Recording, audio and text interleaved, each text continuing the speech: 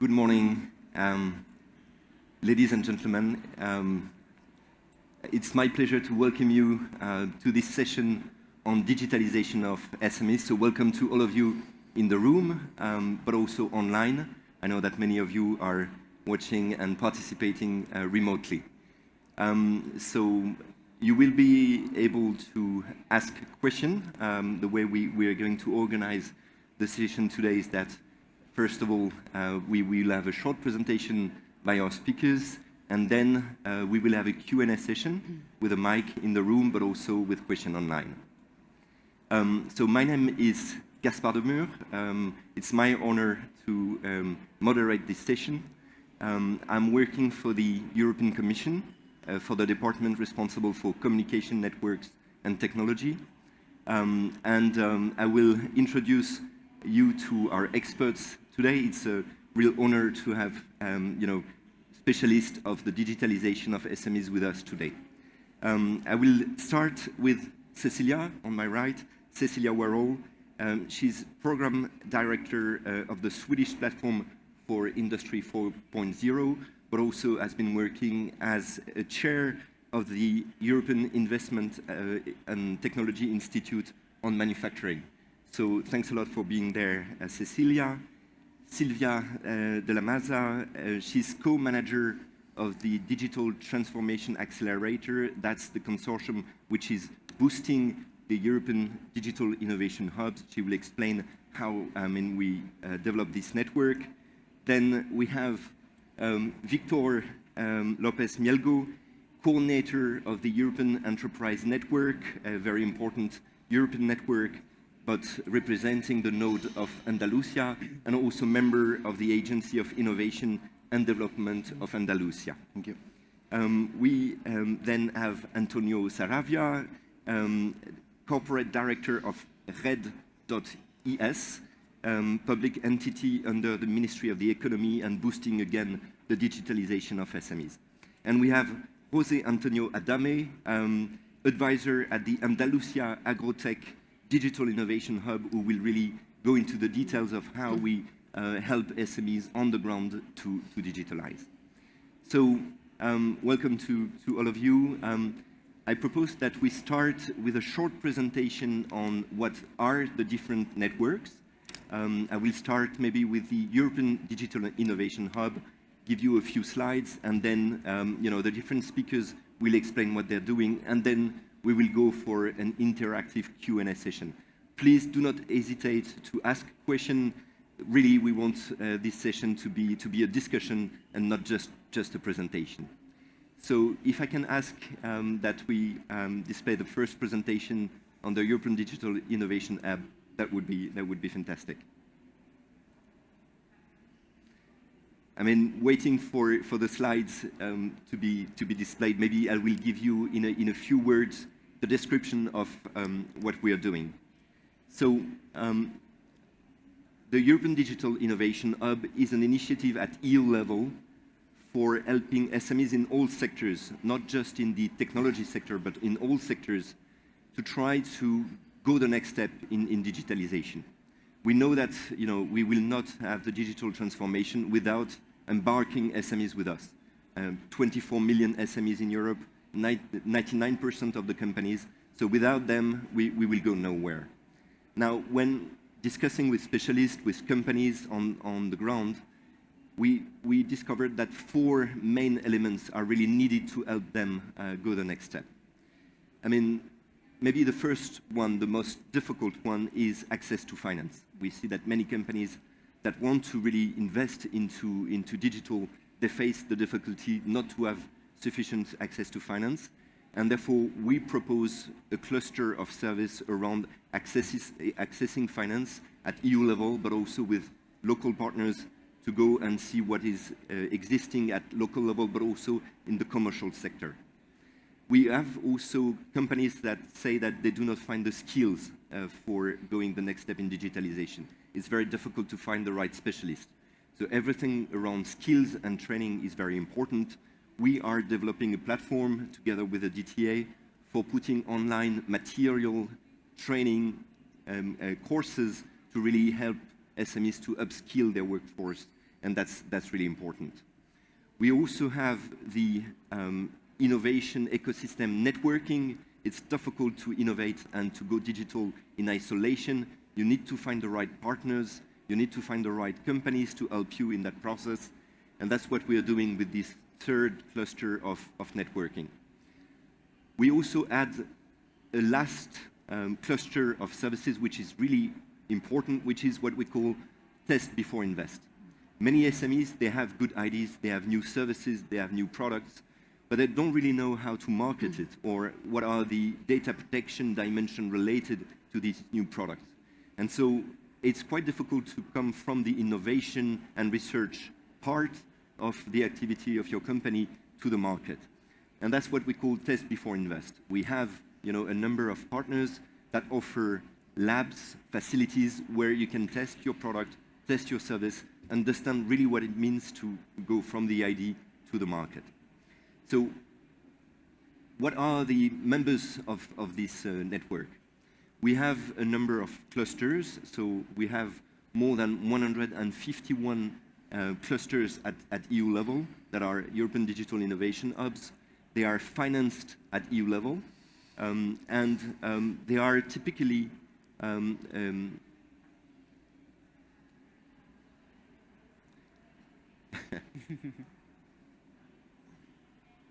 voilà. They are typically populated with a number of actors, universities, research centers, but also companies providing IT services, local agencies that are there for a long time, and we will have example of that working on the ground at national or regional level for reaching out to SMEs. We really want to go local, we want to go national and regional. It's the only way to really reach out to SMEs. So on the map over there, you see that we try to expand the network as much as possible. So I was saying 151 entry points. So, the consortium are constituted of many different partners, but wherever you enter asking for a service, you will be redirected to the right partner for the specific part of the services. We added a number of actors to that network to increase the coverage. This is what we call the Seal of Excellence. We have 76 of them at EU level. There is no difference in the services that are provided between the Seals of Excellence and the European Digital Innovation Hub. The only difference is that EDIs are financed also at EU level through the European Digital Program, whereas Seals of Excellence are essentially financed at national or local level. But they provide exactly the same type of service, and they are also referenced in our platform. I will not be very, much longer on that. Just want to say that, we have now developed the network, we have the structure, we have the financing, we have the agreement at national level with most of the governments to understand how companies, when they ask for a service, will be reimbursed or will receive the service for free. So the network is ready to operate. And now we really want to go the next step and make sure that everybody knows the network, that it's used, that the services become well-known because it's efficient. And so that's why it is so important to us to talk to you today and to communicate about that network.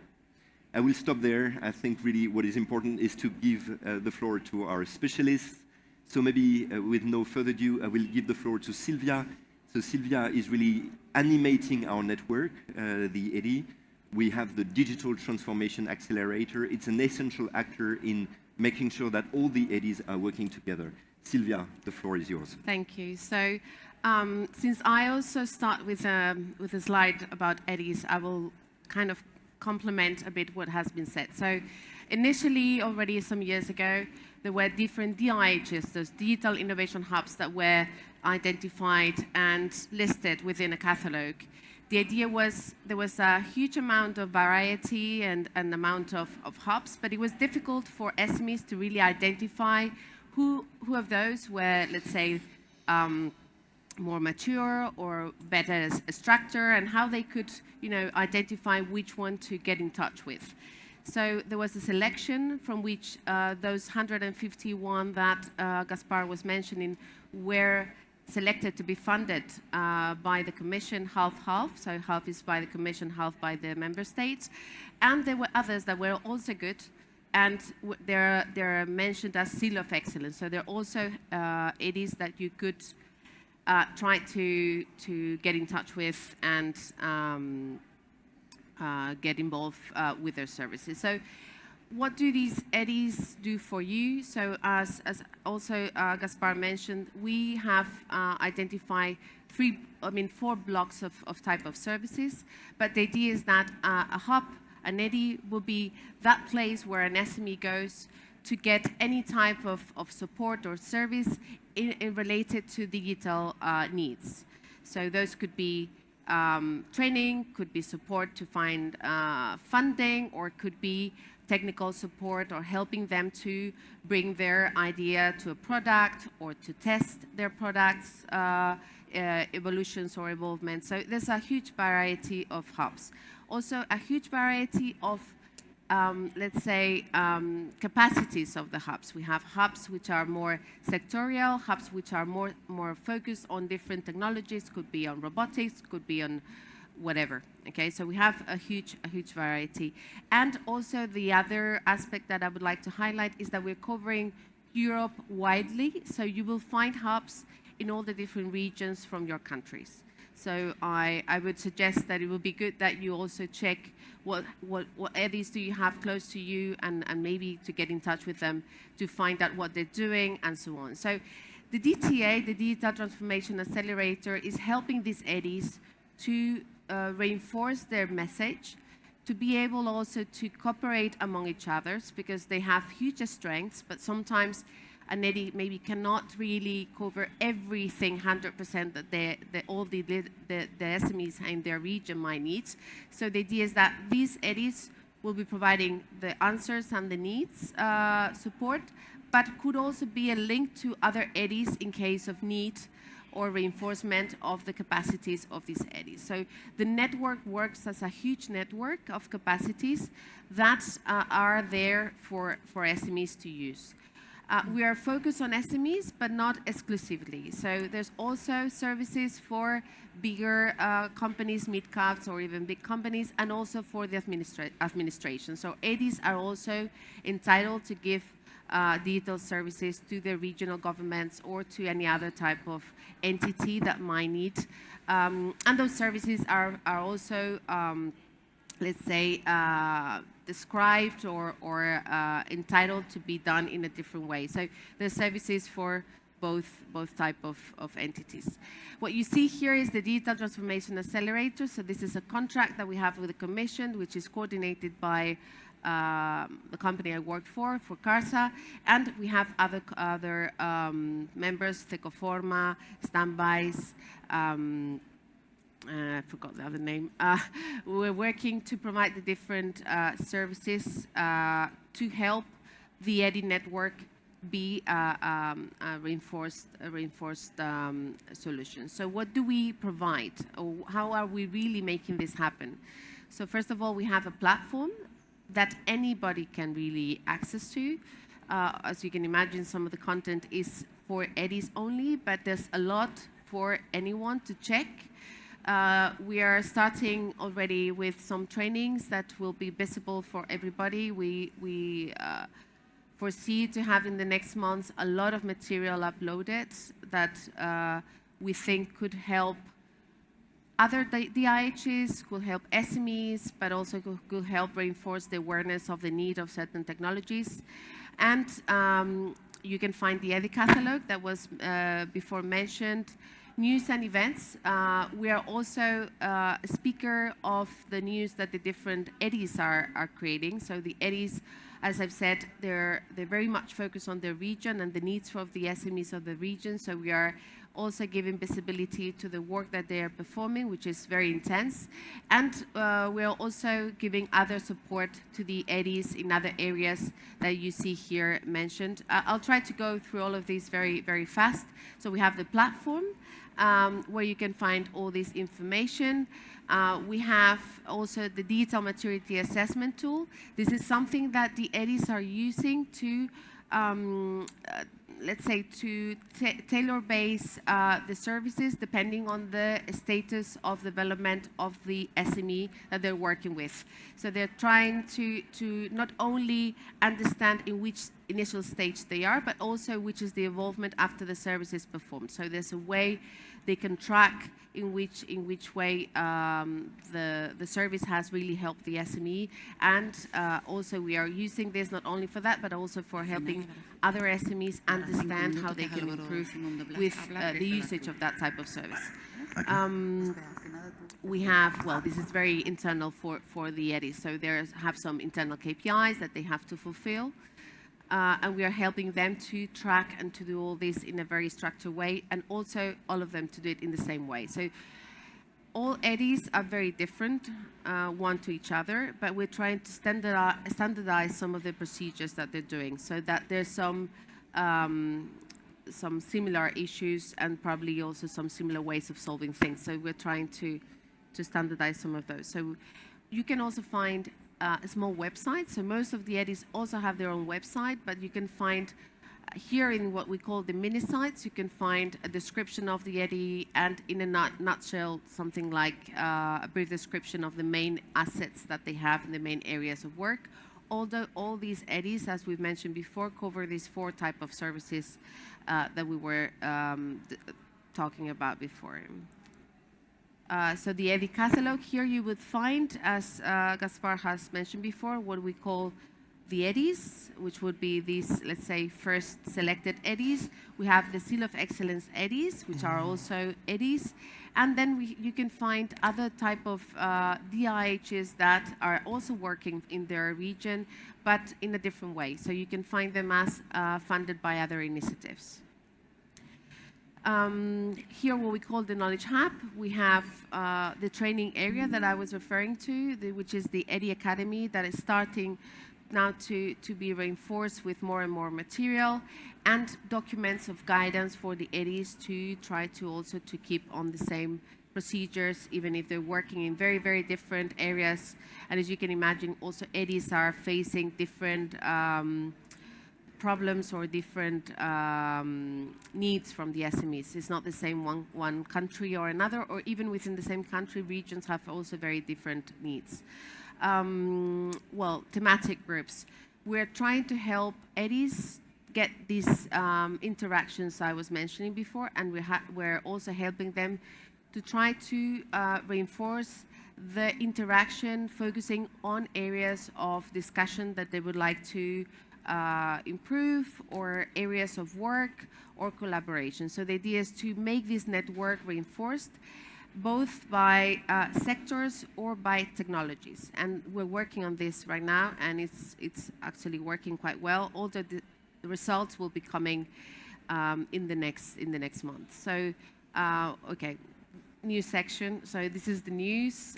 We are uploading news and different results that we're getting from the work and the events and the summit. Okay, so we did the summit this year in Brussels in May. I don't know when is it gonna be next year, but we're doing an annual event. And you can find, of course, videos and material from this event online. And we will be doing one next year in Brussels as well, to which, of course, we are very happy to invite you as well. Help desk, this is 24-hour. Okay, weekends we don't answer, but we have a very intense help desk work, answering to any question from any EDI related to interaction with the Commission, how they should reinforce some of the services, or issues more related maybe to the funded project, or any type of question, I would say, because sometimes some of the questions are more related to the type of services they're providing, how they should interact with the SMEs and so on. So the idea is here always giving some support, but at the same time helping the network to be more and more cohesive or cohesion. So so that it's easier for an SME to understand if an EDI is doing this or that, because most of the eddies are already giving similar services, and the services are getting more and more standards in that direction. Okay, so this is just a small wrap-up of how an SME can really benefit, because SMEs know other types of entities, so clusters, or you also find different regional government offices that also aim to provide these answers or support. So we're not here to start from the very beginning, or let's say to start renewing the same issues that have, or the same support that has already been done. The idea here is to use what's been there to help SMEs understand what is the right place which is the right place to go when they're having a need. We are having also different types of eddies. They're doing the work to be, let's say, a reinforced asset, and not doing the same thing that has been done before. Most of these eddies are also supported by the regional governments, so they're complementing the offer that was already there, or sometimes also embedding this offer within their services, so that it's even easier for SMEs to really understand what's there for them. So the idea here is, okay, not the same story once again and again renewed, but reinforced, and with an easier message for SMEs to really obtain. We want SMEs, not only, let's say, what we understand, maybe more higher technology SMEs, to go and get in touch with the services, but also other SMEs which at a first stage maybe also very similar to what the kit might have been an answer for. So SMEs that might not be as a first sight so much technology-based or oriented. Yeah? We would like also to make the DTA a reinforcement of all that, but in the end, the actors and the main assets of these are the eddies. So we are trying to reinforce them and make them more mature, so that SMEs can benefit from them. That'd be... Thanks a lot, Sylvia. Thanks a lot, Sylvia. And really the key concept is complementarity. Indeed, we do have a number of networks that exist already at regional level, at local level. And I really want to give the floor also to the European Enterprise Network, to the European Institute of Technology, to see how we can build together this work for SMEs. So, Victor, please, the floor is yours. Okay. Thank you, Gaspar.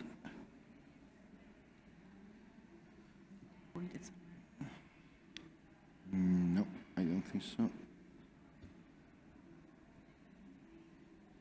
Well, until we can put it the presentation, that it's not the most important thing. Yes, thank you.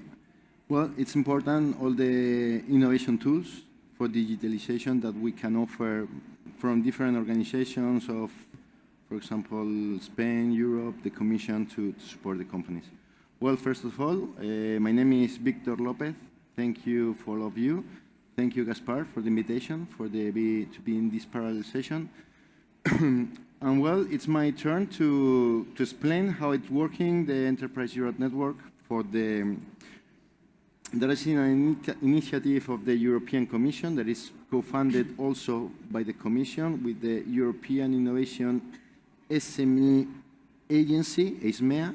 It's important to mention the Commission and also the SMEA for these purposes, and also for the regional government.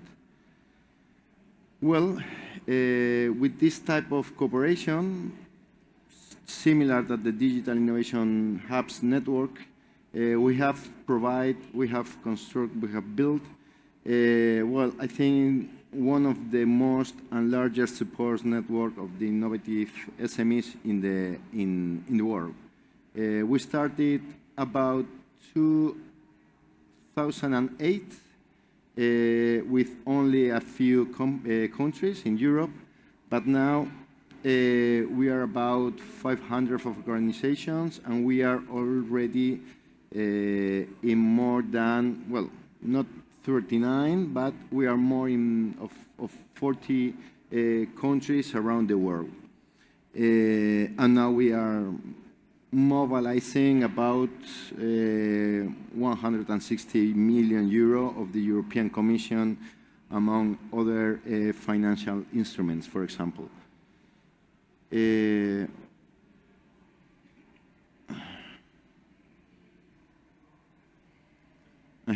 I think it's broken. Let me see. Okay, here it is. So now, as you can see, we start in Europe at the beginning, and now we already established networks and alliances between different companies all over the world. So, for example, it is a very important slide because I think it's the most important one of all, because that is the reason. If one company wants to go outside of Europe, and for example wants to go to India or want to go to Japan, they have only to talk to us, to the Commission, of course, and then we can help them to go and grow internationally. How we are working? Well, the network, as I told you, is co-financed by the European Commission and myself of the regional government of Andalusia. So in different regions, we have one node of the network. In my case, I represent the Andalusian node of the network for Andalusia, Ceuta, and Melilla. But we give the same network approach to all of the advisory service that we provide to the companies. Also for the Digital Innovation Hub of Argotech and wherever. We put the client in the centric of our services, and then, as you can see later on, we have a service portfolio that we provide worldwide. And we provide tailored services depending of different needs that the companies of the SMEs could have. And also because we cannot provide all the expertise that we have about 20 years ago, not from ourselves in Andalusia, but also from our synergies with our colleagues from Denmark, Europe, France, Sweden, wherever. We have provide a different tailored portfolio of services that we provide to all of the SMEs individually at the same service all in Europe. Well, we have mainly 8 main pillars of services to provide to the SMEs. The first one is innovation. We organize brokerage events, international events, in different ways, for example, thematic, multi-sectoral, and wherever.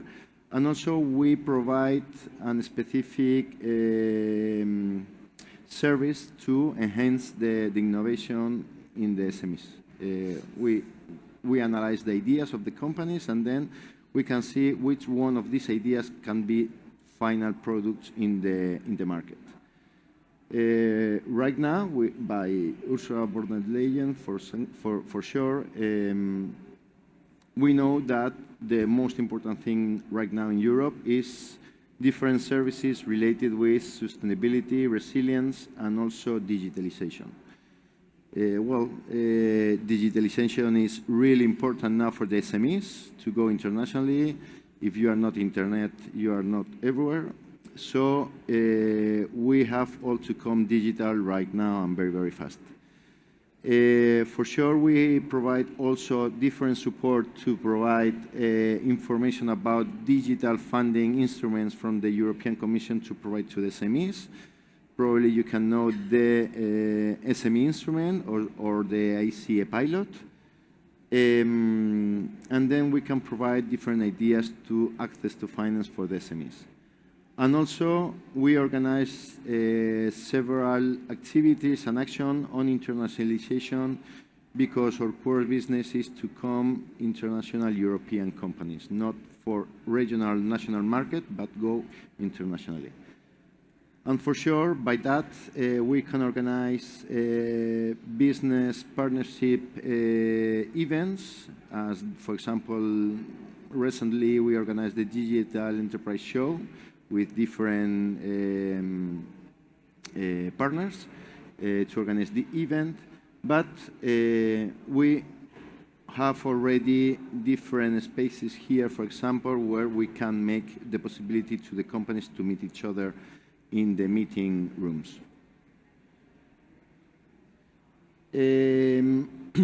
Additionally to that, to the services that we provide with the network, inside of the network, we have different sector groups and thematic groups inside the network to increase and improve our experience between all of the companies, about all of the partners, all of the colleagues of myself in Europe and worldwide to improve on different sector groups, for example, retail, digital, health, agri-food, whatever.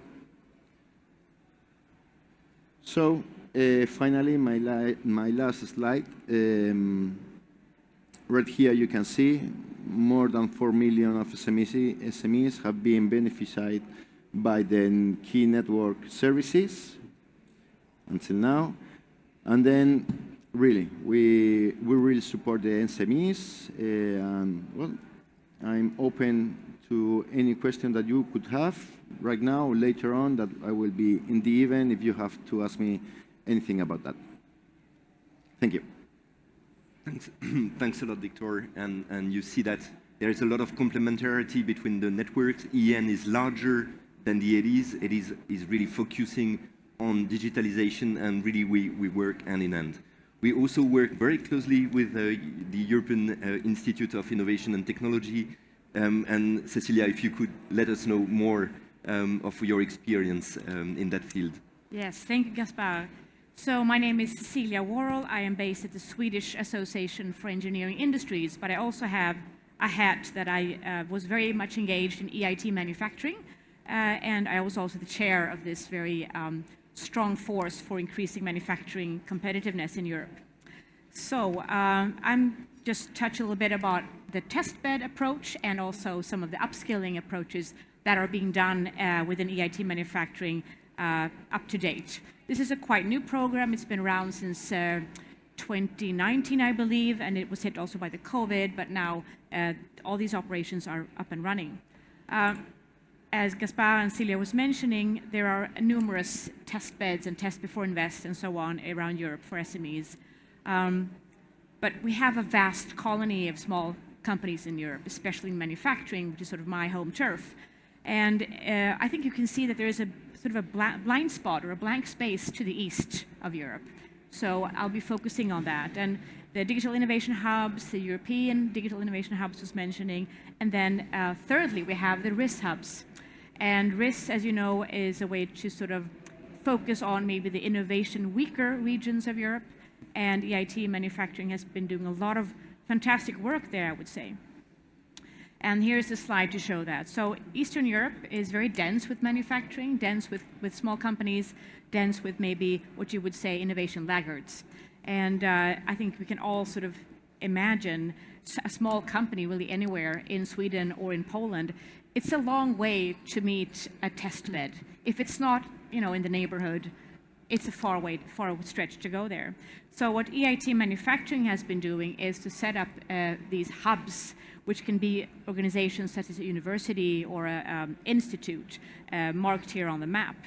And these hubs are then partners of EIT manufacturing, and they in turn reach out to the smaller companies, because to get the SMEs really to come inside the warmth, so to speak, you need hands and feet, you need people at really local, regional level.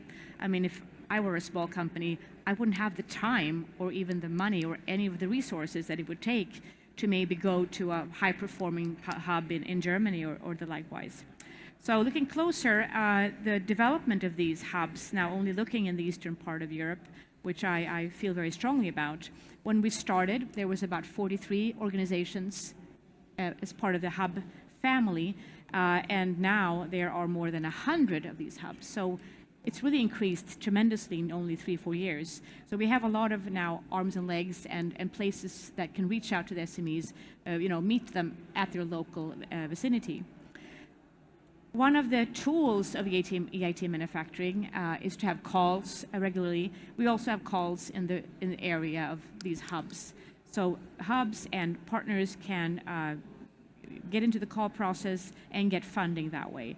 And at the beginning, 54 organizations were part of the call for proposals, and this year we have 209 organizations. And this picture really represents a very big increase, I would say, of the capacity to really get the small companies on board. And maybe for Sylvia's part of the Enterprise Europe Network, we are, I think, in EIT manufacturing, mobilizing a lot more innovation laggards into the system, which is really good and great for Europe. And there's Inestech in Portugal as well here. So this is it's ongoing. But as they say, Rome was not built in a day, and it takes a lot of time and resources, as you can imagine. Each of these organizations has, staff, people that work on the road, go and meet the companies. And it's one thing to have big European networks, such as what Victor was showcasing, but you do need hands and feet on the market, which EIT manufacturing is focusing on. And then just a short slide of what we are doing on the skills part. Skills is the big topic. We're all aware of this big challenge everywhere we live and work today. Anybody you ask will mention shortage of skills, especially, of course, in the digital and advanced technologies. EIT manufacturing has been constructing a number of tools. There is one platform called skills.move, where small companies, or any company, I think for that matter, in the manufacturing space, can access small courses. We call them nuggets. They give you some credit. They cost something, but very little. So there's a very low threshold to do this learning. And I think it's very, try one and you will want to have more of it. Also using virtual augmented reality. All of us were cooped up at home for almost a year and a half recently. I think everybody in Europe has gotten used to Teams meetings and such. So doing the digital learning today has a much lower threshold than it would have had without COVID, actually. So there's always something good in a disaster. EIT manufacturing works a lot with cross-organizational, cross-sector learning. So there's a lot of institutions from various technology areas that feed into this portal of nuggets. So there's a big portfolio, a lot of courses to choose from. EIT manufacturing also has set up academic mentoring for companies. So if you are in a region where you have a technical university or an institute that is part of these hubs, they can become mentors to a company. And also there is an industry coaching segment here where industry opens up for the academic learning. So it goes both ways. So I think that's really an interesting trial. And save the best for last. There's also a big pledge going on. I don't know if you've heard about this. It's called the Deep Tech Talent Initiative, DTTI for short. And it's an ongoing, very ambitious program setting up a goal I would never believed before COVID, actually. But 1 million people in Europe being upskilled in advanced technology by 2025. So we're in 2023 right now. As you can see, a lot of organizations, institutes have joined. More than 600,000 people have been part of this program. So we're slowly getting to the 1 million. And all of this can be found online on eitmanufacturing.eu. And I think that was my last slide. Yes, shortly on lessons learned. I couldn't resist when you have the occasion. Long-term funding and commitment, of course, is a no-brainer to get the SMEs on board. And for a program such as EIT manufacturing or the EDIH's, a freedom to act and adapt to the regional sort of framework is really a necessity. And you need the long-term funding to be able to build this cross-fertilization between organizations and between sectors. As I said, COVID made us all digital. Let's build on that. And we need endorsement and ambassadors also in industry. And it would have been lovely to, during this conference, to hear from the stage, maybe the big OEMs, hand it over to the small organizations that we represent, mentioning the importance of the small companies, the supply chain people, as part of their big business. So thank you very much. Thanks a lot, Cecilia.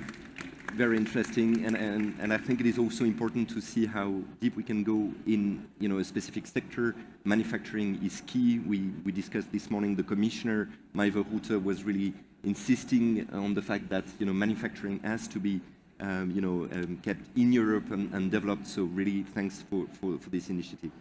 Now, I think I would like to turn to Antonio to see and to zoom in at national level on, what you're doing for helping SMEs to get digital and really to see the program that you're developing in Spain. Okay. Thank you, Gaspar. Thank you for the invitation to participate in this session. And in 5 minutes and 5 slides, I expect to get about a huge initiative that we are running now in Spain that is called Spanish Digital Toolkit. What for, how it works, some key numbers, and some key messages about lesson learned and the design, okay? Well, Spanish Digital Toolkit. What is the objective? To accelerate, to facilitate the adoption of digital solution for SMEs. Spain is a country of SMEs, 3 million of SMEs, and mainly almost 95% have less than 10 employees. Okay, they are micro businesses or self-employed people. So that is the main target, the main objective. We have a huge budget, okay, more than 3,000 million euros coming from Europe, from the Next Generation EU funds. And to face the whole universe of SMEs, we decided to divide it in 3 segments, depending on the number of employees, okay? Segment 1, 10 to 50 employees, and the digital voucher, the grant is 12,000 euros. Second segment, between 3 and less than 10, 6,000 euros. The third segment, no employees, less than 3 employees or no employees, 2,000 euros. All these calls, all these segments are open until the end of the next year. And yes, in fact, we expect to launch a new call for the medium enterprises at the end of this year, okay? Now we have this picture about numbers, the objective. We talk about digital solutions. Okay, we have to industrialize the process. We don't want to get or to reach a few hundred or a few thousand companies or small business. We want to reach 500,000 or 1 million businesses. So to industrialize the process, we decided to divide all the universe of solutions in 12 categories. You have the categories there, and we can say that,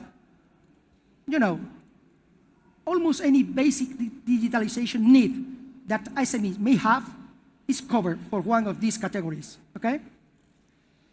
About the operational schema, that is important. Okay, that represents how is the process. Of course, 2 main players. In the left side, in blue, the beneficiary, let's say the SMEs, and the digitalization agent. That means the company that is going to provide the IT service, okay?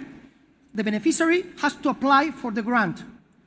In a few weeks, and sometimes 2 or 3 weeks, they receive the digital voucher, okay?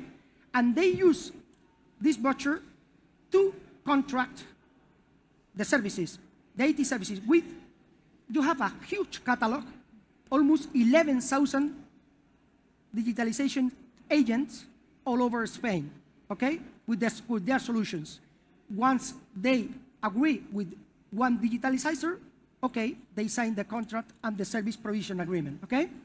But in some cases, even if we have done all the process very simple, because I'm going to explain later that this Fero paper is only an online form, in some cases, in many cases, you imagine as micro business or a self-employed people is not familiar at all with an electronic process to apply for a grant. They are not familiar with. So we created the figure of the voluntary representative. That is any natural or legal person or company that the beneficiary authorized to manage the application and the grant on their behalf.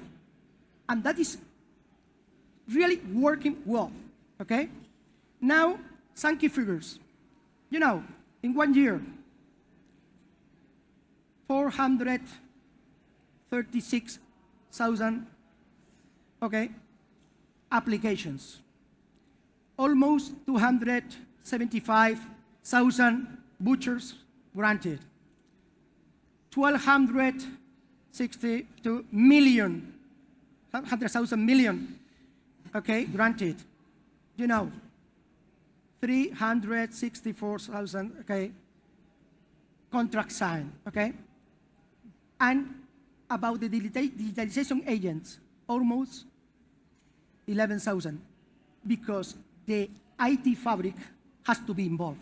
Not only the big IT, okay, IT fabric all over Spain, because the small business wants to know who it works with, okay, face to face. I like to work with this because this is, I trust in this guy, working with him, not only today, but in all the process, in all the path, okay? And we have a portal, the Acelera Pyme portal, with more than 600,000 companies registered, etc. And some key messages to end, okay? We need to have an innovative approach, breaking down the barriers that prevent the small SMEs to participate in public grant processes, okay? 1, zero paper application, only an online form, no paper at all, okay?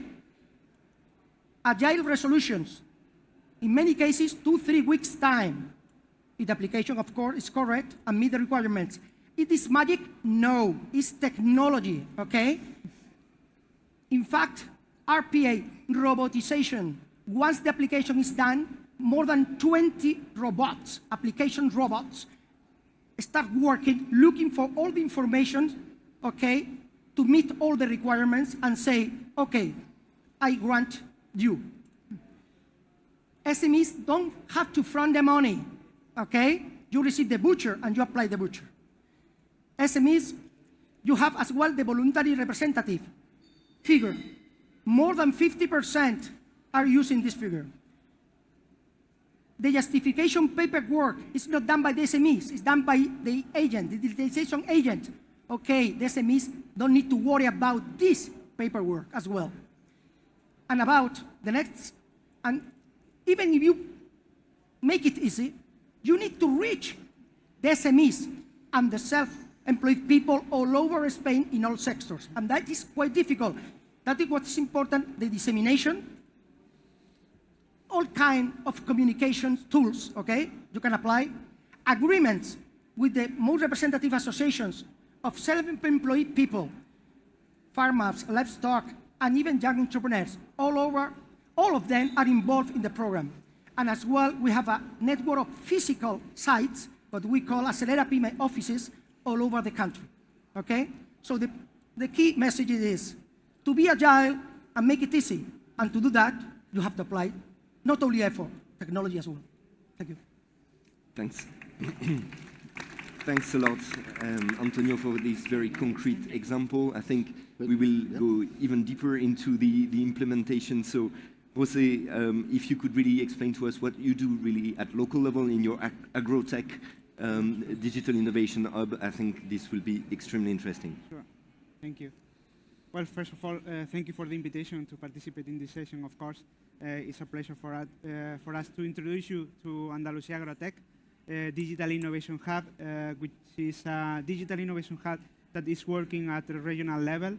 And if we can see the slides, you will see that we are focusing, in this case, in our case, in the agri-food sector. In particular, wait, sorry. No.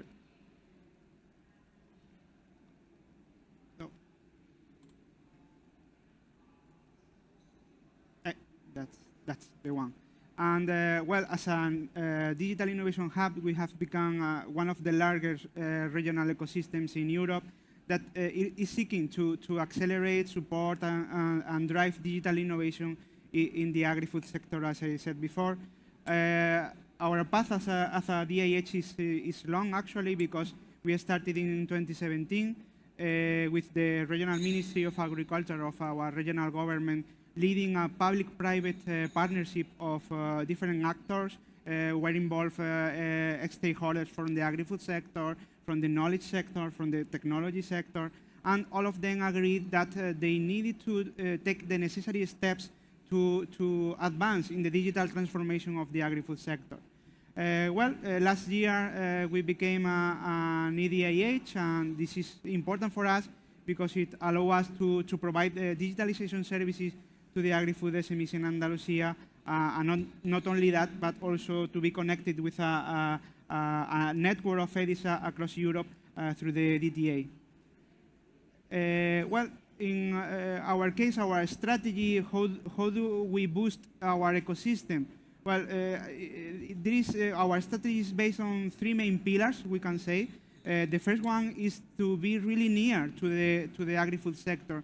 This proximity to the territory is really important for us because we are focused on the whole agri-food value chain, and it allows us to be near, to know well what are the demands, what are the challenges that the agri-food sector has, that we all know they are very varied, from the climate change, the innovation, and how to be more competitive, etc. So we really need to be near to the agri-food sector. On the other hand, the second pillar is more related to the competencies, how we provide solutions to the agri-food sector in this path. And in particular, we know that there are different technologies that can be applied to and can have an impact in the agri-food sector, from artificial intelligence, IoT, robotics, HPC, etc., etc. And we focus in providing the agri-food sector with integral solutions.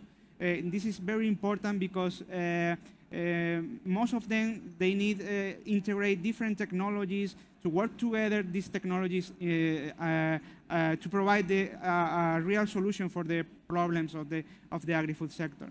And in this regard, we have a crucial asset in Andalusia Agrotech, which is the consortium of partners that are involved and provide the services that we provide to the SMEs.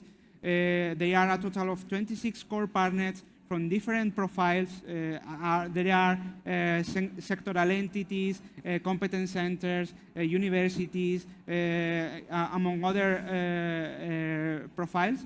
And they all, of course, have joining forces to provide these services to the agri-food sector. Of course, I can't forget the connection to the EDI network, because this complements us very well, our competencies, and provide us the opportunity to look for any other competence that we may not have. The other pillar is related to the services that we provide to the SMEs, because as Gaspar said before, there are 4 main areas that we are working on, and they are related, really related to the needs of the agri-food SMEs as well. And they are very important, and they are very adapted to these needs, and they are strategic for us to provide this kind of services to respond to the challenges. On the other hand, I would like to share with you, because we believe that innovation is not possible without cooperation, and of course we participate in different international networks, and this is an example of a particular project that Andalusia Agrotech and the Regional Ministry of Agriculture lead, because this project, Javi Beria Agrotech, created a network of DIHs in Portugal and Spain to give a response to the agri-food sector in terms of digitalization, and they decided to work together under this project and to collaborate, to cooperate, to respond to common problems and challenges in our regions. And finally, I would like to share with you through an example how we support the agri-food SMEs in Andalusia. In particular, this case was related to a cooperative that came to us and shared with us a digitalization challenge. In this case, the context is that we all know that We are living in a context of water scarcity. Well, they wanted to improve their efficiency in the use of water. Well, in their case, the problem was that the lack of the monitoring mechanisms or the analytical processes that are required to be better in this problem. Well, after that, they shared with us the problem, and then Andalusia Agrotech offered them different services to advance in this path. We proposed them a roadmap with different steps from a re-engineering of their monitoring system or designing a new data strategy in the company, so that at the end of these services, we found good results in terms of increase of their digital maturity at the end, because they were able to find solutions to make better decisions in terms of water efficiency through mechanisms related to better monitoring of their critical factors that are affecting both their farm, the sensors that they needed to implement to this end. And also, I would like to highlight the analytical system that they implemented to be more efficient in this sense. So, well, this is an example of how is the path that we follow to support the SMEs in Andalusia. Thank you so much. Thanks a lot, Jose, and thanks to all the speakers for the insights. I think we still have some minutes to ask a couple of questions.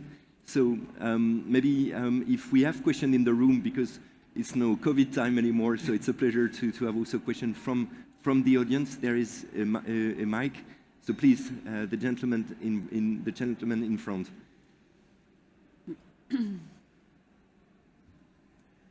Thank you, Matti Manonen from Technology Industries of Finland, and thanks for the excellent presentations on how to get SMEs involved in the digitalization, which is quite essential. My question is actually about how do you address the company ownership, the owners and the management, because I think that is actually the key for starting the change, and I didn't see much of it in the presentations. Thanks a lot. Maybe we could ask our colleague at national level or at local level if you are confronted with this specific issue. Yeah. Well, you say it's important. The manager or the middle management, the manager for us, SMEs, that is important to be involved, to get them involved. Well, in our specific program is, let's say, for digitalization specific about SME, but we have a different initiative, national initiative, that we call Change Agent or something like that, okay? The translation, that is to try to, the education, okay, the training of the management of the SMEs to understand how important is the digitalization, how to do it, etc. And that is a different program that we have put in place a few months ago, okay? And it's supposed that all the managers in the SMEs will have the opportunity to get trained education about what is important and to be involved. But you're right that is something difficult to address. They have no time for you, okay? And it's something that we have to do. Well, yeah, at regional level, what we are trying to do in our consortium, we have different sectoral entities, and they play a key role because they help us to reach actually the farmers, because they are really difficult to reach from with this kind of services. Innovation, they don't see really the advantages or the benefits at first, but these kind of organizations are helping us to reach the farmers, to show how the digital solutions are working, how they can benefit their day-to-day work. And I think I should highlight the role of this kind of organization, agricultural organization, and they are helping us to reach the objective in our case. Yeah, thanks a lot. Essential question. At European level, what we try to do is this digital maturity assessment. It's part of the picture of the company, and it is not possible to do that without the owner. And we think that this kind of picture of the digital maturity assessment and the next steps for going forward is extremely important, that you keep track and that you involve the owner into that specific path. Maybe we have another question, please.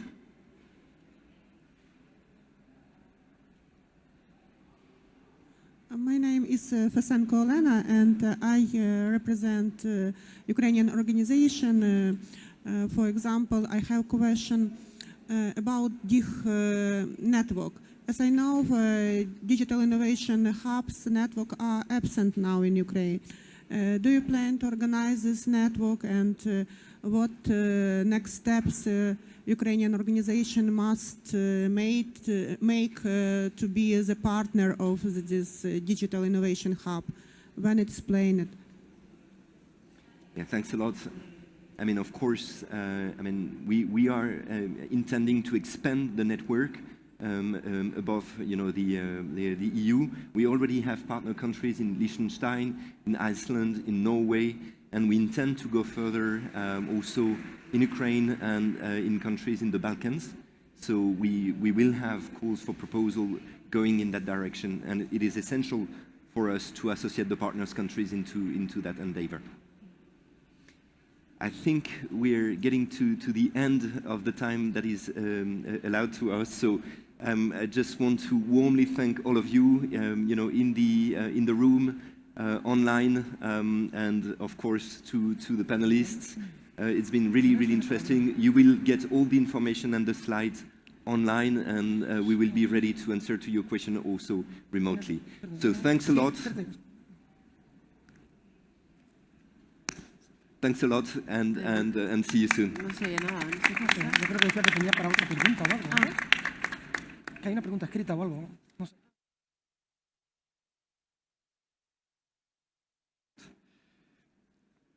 So we have... ¿Una pregunta escrita? No. Some written question, maybe? Oh, there's a presentation. We will stay on stage. Okay, so we have still a bit of time. So thanks a lot for the information. We will use this. Maybe we have another question in the room. Yes, the gentleman over there. Can we have the mic, please, for the gentleman there?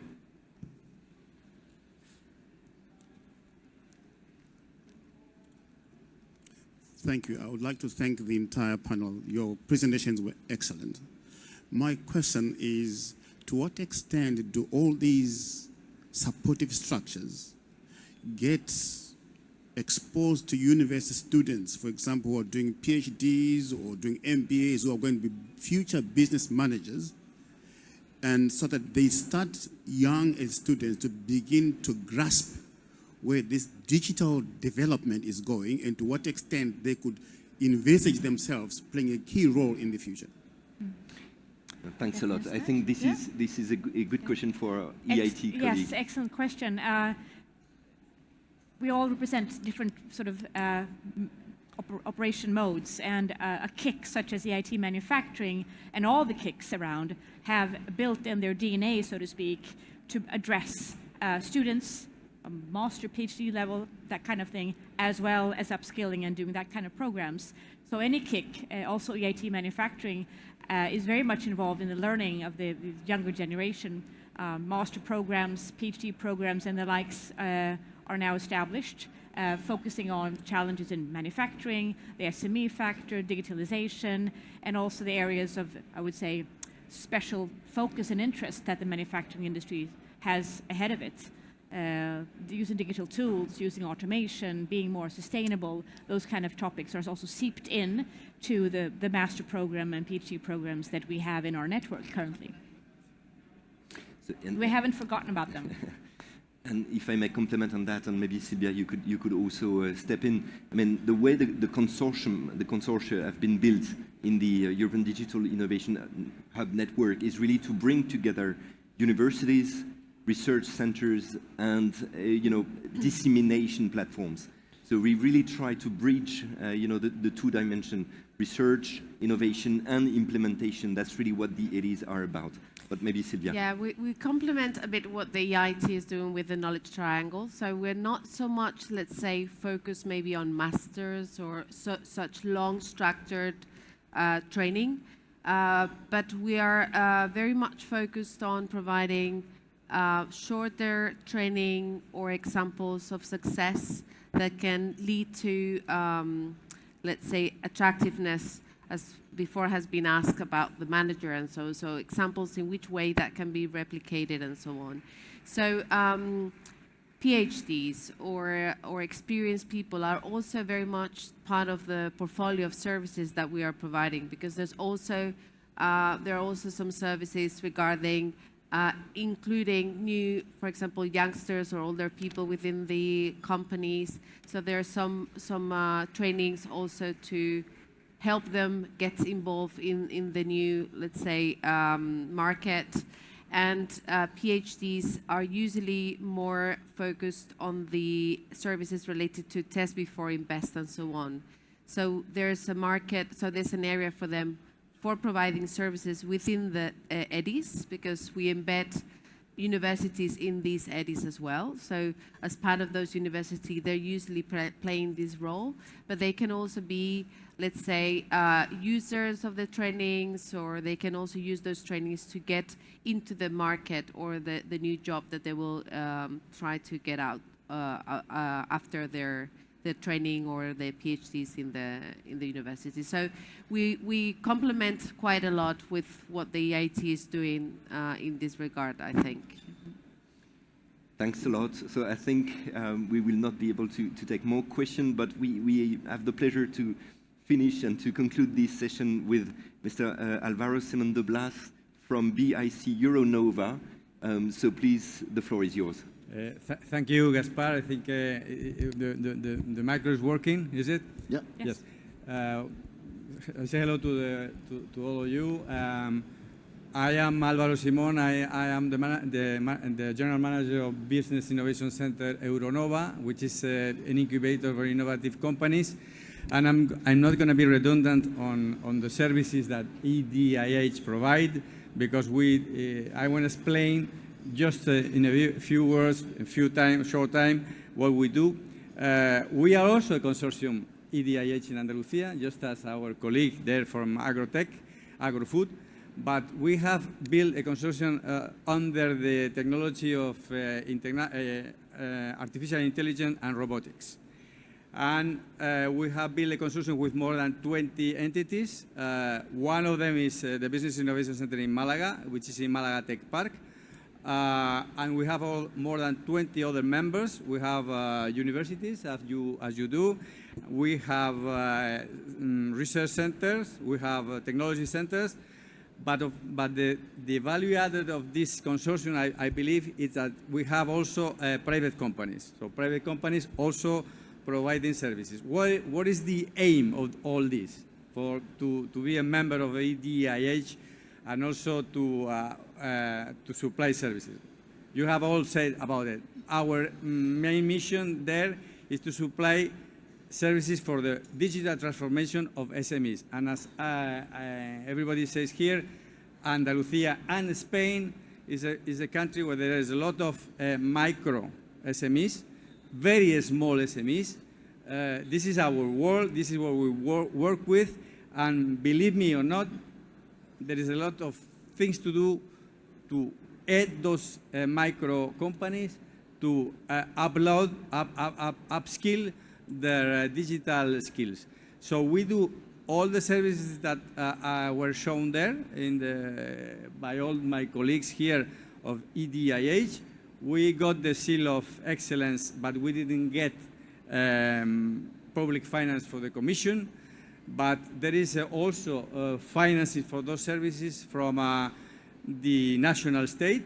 So what I will say is that please use the EDIH in each region, and we have two in Andalusia, IR Andalusia, which is us, and the agro-food also, specialized in the agro-food industry. We are more broadly offering those services, and I think it's a good tool. We are also, as a Business Innovation Center, member of a European network called EBN, European Business Network, and I think we can provide those services, and I hope they will be useful for the future to transform SMEs on their digital approach. So nothing else to add of what was said, and I hope this is a good initiative to work as a network, and this is a good initiative also on the policy of the Commission, no? Green Deal and digital transformation. Thank you. Thanks a lot. I think with this we conclude our session. Yeah. Thank you. Thanks a lot.